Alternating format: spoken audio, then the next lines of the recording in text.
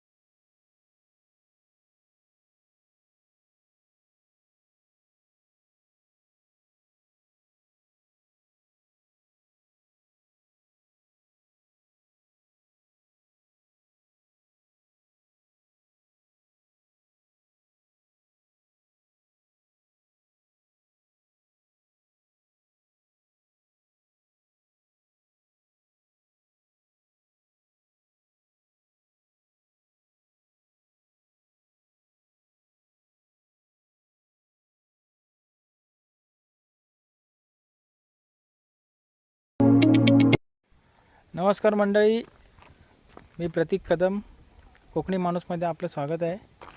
आज आपण आलो आहे रसाळगडला, खेडमध्ये. तर इथे खूप मोठी जागा आहे, तिथे आपण आपली गाडी पार्क केलेली आहे रसाळगडाच्या पायथ्याशी. आता आपण चाललो आहे रसाळगडला. तिकडचा खालचा काय व्ह्यू दाखवतो बघा. हा समोर दिसतोय तो रसाळगड, खेड शहरामध्ये.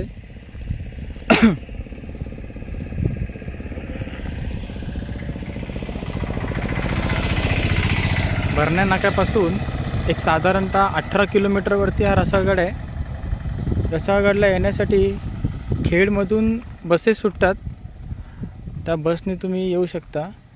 बस थोडंसं अंतरावरती त्या तिथे दिसतं, तर तिकडे एक छोटंसं एक बसस्टँडसारखं आहे, तिकडे बस थांबतात. तिकडून तुम्हाला एक साधारण 1 किलोमीटर चालत तुम्हाला पुढे यायला लागेल.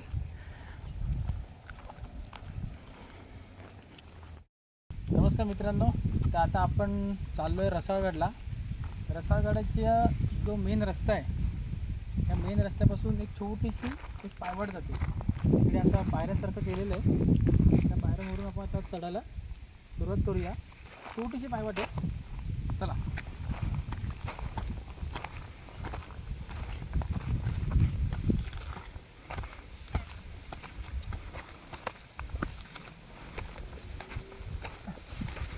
गडावरती येणं अगदी सोपं आहे, जास्ती कठीण गड नाही आहे ॲक्च्युली. गाडी पायथ्याशी लावून आलात नाही तर अगदी 10 मिनिटामध्ये तुम्ही वर चढता.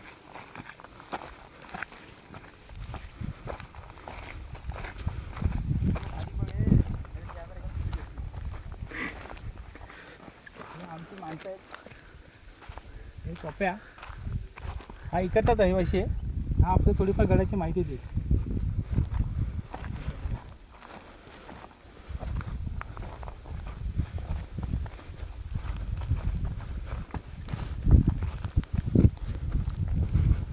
फक्त साधारणतः इथे किती वेळ लागतो वर जायला?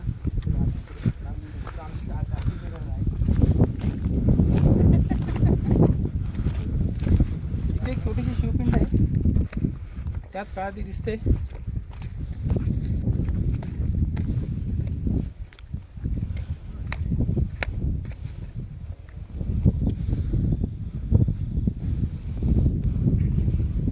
पिंडीला पाय पडून परत थोडं करूया. ही खाली जी दिसते तुम्हाला, ही रसाळगड वस्ती आहे. एवढ्या उंचावरती माणसं राहतात.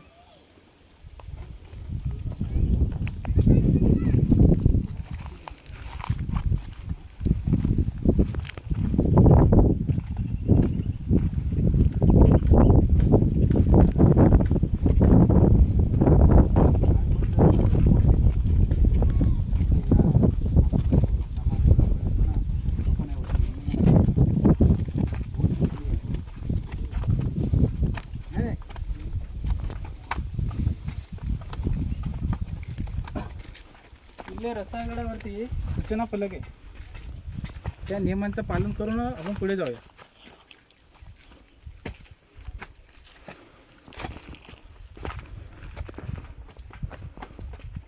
या पायऱ्या तेव्हाच आहेत की आत्ताच?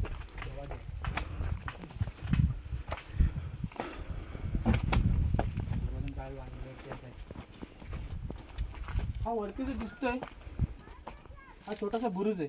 आपण वर जाऊन बघूच, पण हा छोटासा बुरुज आहे.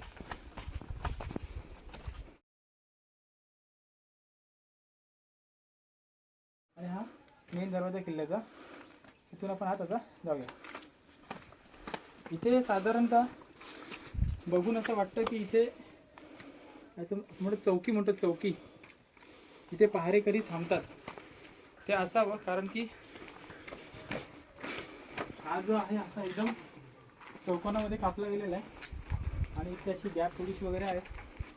असं वाटतं की इथे पहारेकऱ्यांचा असू शकतं.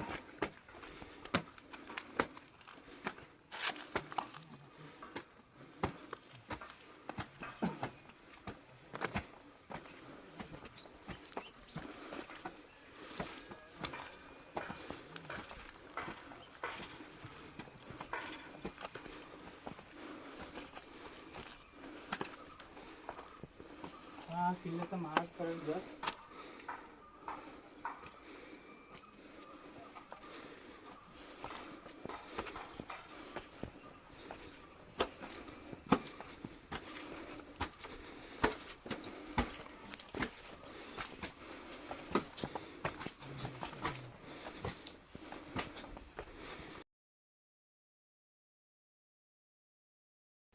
रसागड जाताना हनुमानाचं एक मंदिर लागतं. आपले कॅमेरामॅन मकरंद जोशी पाय पडतात. आज शनिवार असल्यामुळे पाय पडून घ्या साहेब. जय हनुमान. इथे एक ज्योतही लावलेली आहे. पुढची वाटचाल करूया.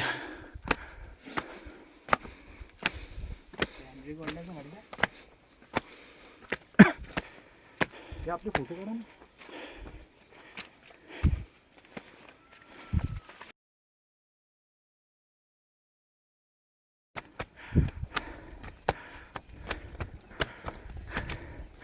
मेन महादरवाजापासून एक 50 पायऱ्या चढल्यानंतर अजून एक दरवाजा लागतो.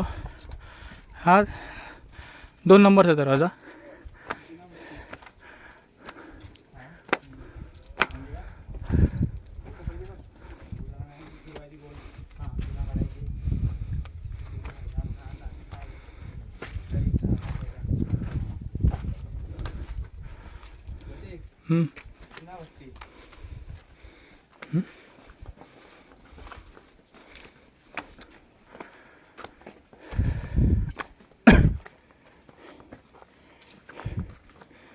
हे जे दिसतं हा चुना आहे.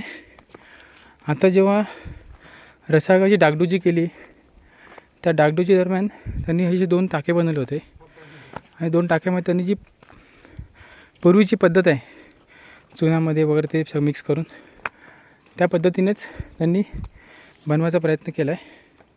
हे जे बांधकाम दिसतंय हे बांधकाम नंतरचं आहे.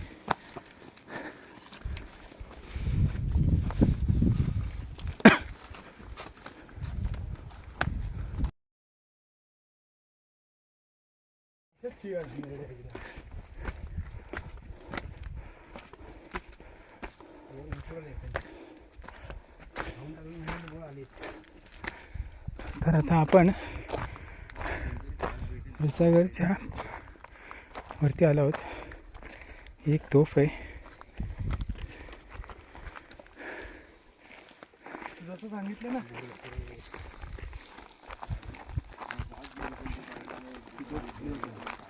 ही अजून एक तोफ आहे इथे दुसरी.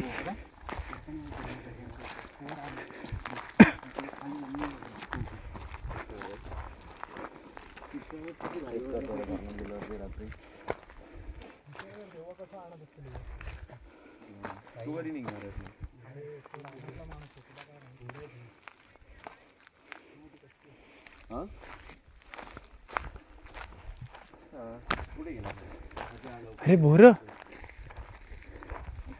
जाताना काढूया. हा बाप्या जाताना बोरं काढूया. कच्ची आहे थोडी पिकी आहेत. हे काय 4-5 पिकी आहेत.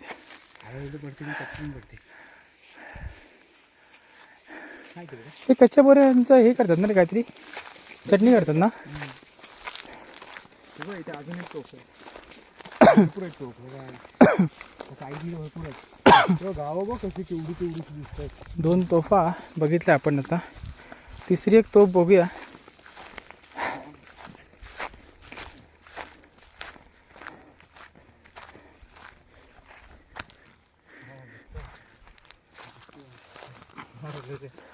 प्रत्येक तोफेवरती एक नंबर लिहून ठेवलेला आहे. याच्यावरती तुम्हाला दिसतंय का आता हे 418 लिहिलेलं आहे. इथे इंग्लिशमध्ये असं पी दिसतोय. आणि आपण जी मगाशी मोठी तोफ बघितली त्याच्यावरती ना राजाचा मुकुट असतो ना तसं काही निशाण बनवलेलं होतं. तर त्याबद्दल मला एवढी माहिती नाही आहे. जाताना मी परत दाखवतो.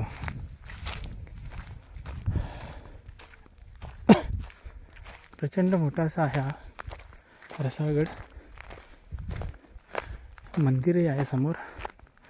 ते तिथे एक मंदिर आहे.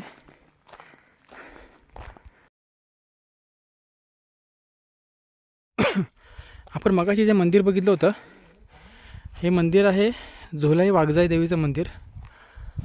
या मंदिराकडे सुद्धा खूप तोफा ठेवलेल्या आहेत. ह्या गडावरती जेवढ्या तोफा होत्या त्या त्यांनी एक चांगल्या प्रकारे रचून ठेवलेल्या आहेत की जेणेकरून ही एक छोटी तोफ आहे, त्यानंतर एक थोडी मोठी, अजून एक मोठी आणि अजून एक मोठी.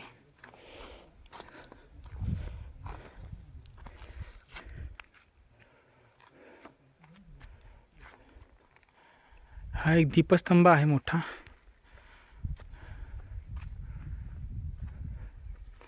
ह्या देखील एक तोफा आहेत 2. खूप छान प्रकारे यांनी एक असा बनवून यांनी सजावट करून ठेवलेली आहे. जुन्या वास्तूंची जोपासना करतायत, हेच खूप छान आहे. हे आहे झोलाई वाघजाई देवस्थान किल्ले रसाळगड. हे मंदिराचं एंट्रन्स आहे. इथे एक छोटंसं मंदिर आहे. पाण्याचं एक टाकं इथे. आणि तो भुयारी रस्ता तो का शिवाजी महाराज तिकडून जायचे म्हणजे लपून जेव्हा जायचं असायचं तेव्हा. ते तुम्हाला दिसते का तिथे ना एक छोटासा म्हणजे एक गुफा टाईप आहे. तो एक भुयारी मार्ग आहे असं म्हणतात. आता ते पाण्याने भरल्यामुळे आता ते समजू शकत नाही नक्की रस्ता जातो तरी कुठे, पण गडावरती हे पाणी पिणं योग्य नाही आहे. हे एक मंदिर आहे, बघून घेऊया आपण.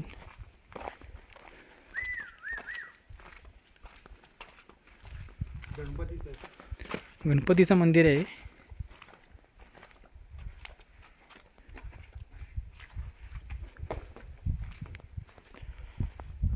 दगडांवरती काही नक्षीकाम केलेलं दिसतं इथे. हे बघा,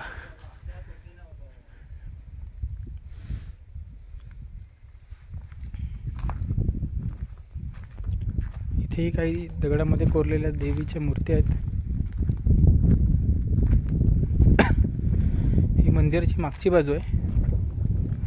बांधकाम खूप जुनं आहे. तो आणखीन एक बुरुज आहे समोर. बुरुजा समोर एक वास्तू दिसते, फार जुनी आहे. फार क्वचितच पाहायला भेटते अशी वास्तू. म्हणजे मी आत्तापर्यंत जेवढे किल्ले फिरलो आहे त्या किल्ल्यांवरती अशी एक सुस्थितीत असलेली, अगदी नाही पण थोडीफार अशी वास्तू मी पहिल्यांदा बघत असेन की जी अजूनही शाबूत आहे.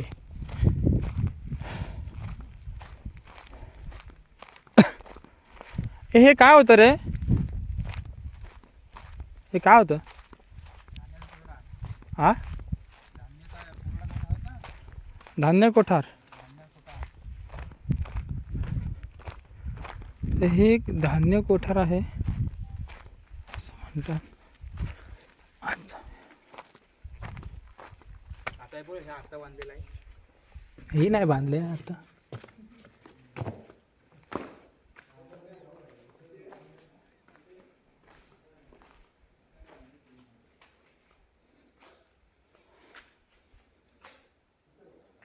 खूप मोठं आहे. जर का तुम्ही कधी इथे राहायचं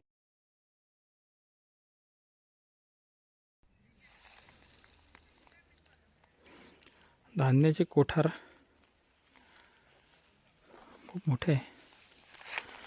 ह्याच्यावर दरवाजाच्या वरती काही शिलालेख आपला हे बघा, हे गणपती आहे. आणि खालती असं एक काहीतरी बनवलेलं आहे, आपल्याला माहीत नाही आहे. हे दिवे लावण्यासाठी ही जागा बनवली आहे छोट्या छोट्या. हे बघा,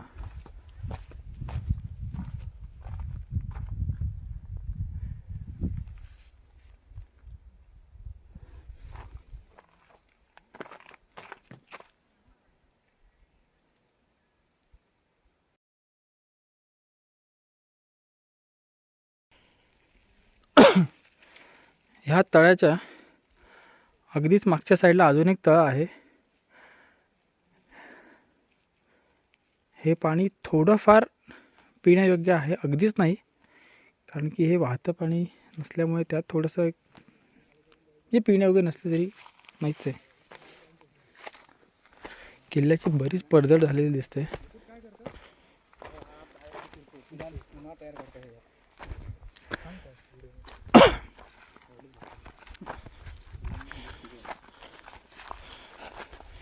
तर हे जे दिसतंय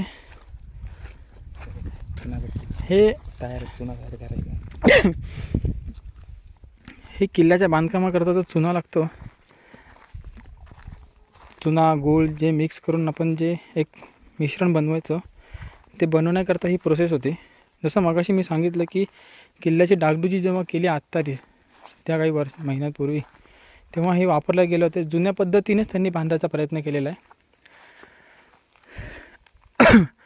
हे असे समोर एक राजवाड्याचे अवशेष दिसतात.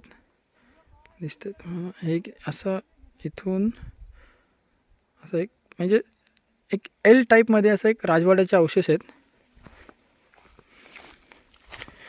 भिंत आता नाही राहिली इथे.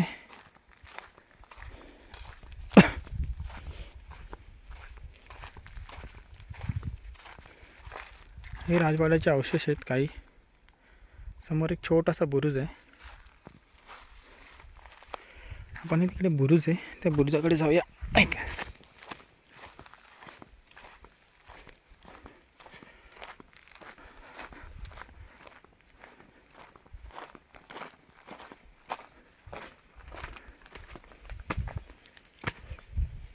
हा एक छोटासा बुरुज आहे.